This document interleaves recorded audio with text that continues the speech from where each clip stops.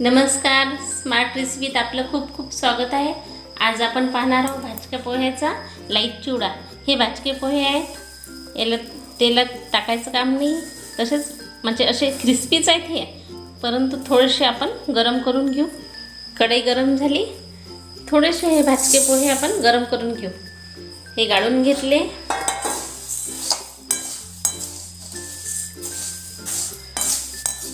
एखाद्या वेळेस नरम पडू शकतात, म्हणून थोडेसे अगदी 2 मिनिट गरम करून घेऊ।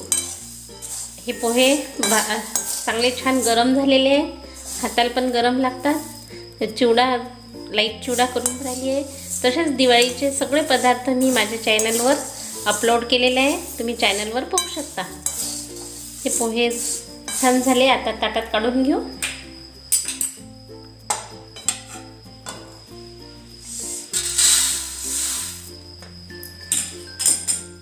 तेल गरम करायला ठेवलं, आता आपण शेंगदाणे तळून घेऊ।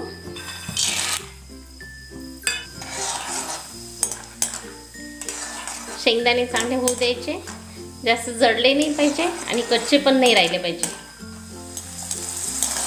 हे शेंगदाण्याचा कलर बदललेला आहे, छान सोनेरी कलरवर झाले।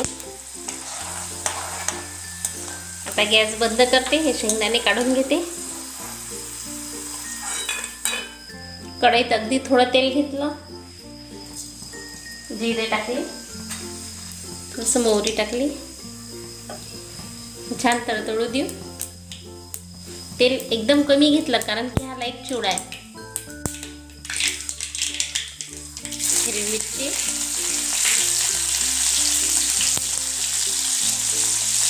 हिरवी मिरची चांगली होऊ द्यायची, नाहीतर चिवडा नरम पडू शकते।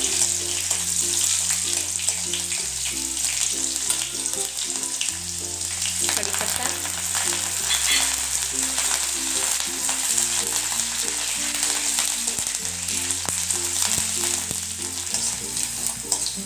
मिरची, कढीपत्ता चांगले असं कडक होऊ द्यायचे, नरमपणा सगळा निघून गेला पाहिजे, कच्चेपणा यातला।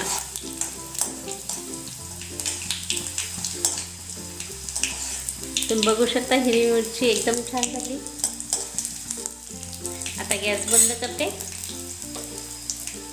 आता हे काळं मीठ घेतलं, हे लिंबू पावडर आहे बारीक केली, आणि पिठी साखर आहे, आणि ही मिरची, कढीपत्ता, जिरं, मोहरी याची फोडणी टाकून देऊ। चवीनुसार मीठ आणि बारीक शेव। आता हे मिक्स करून घेते।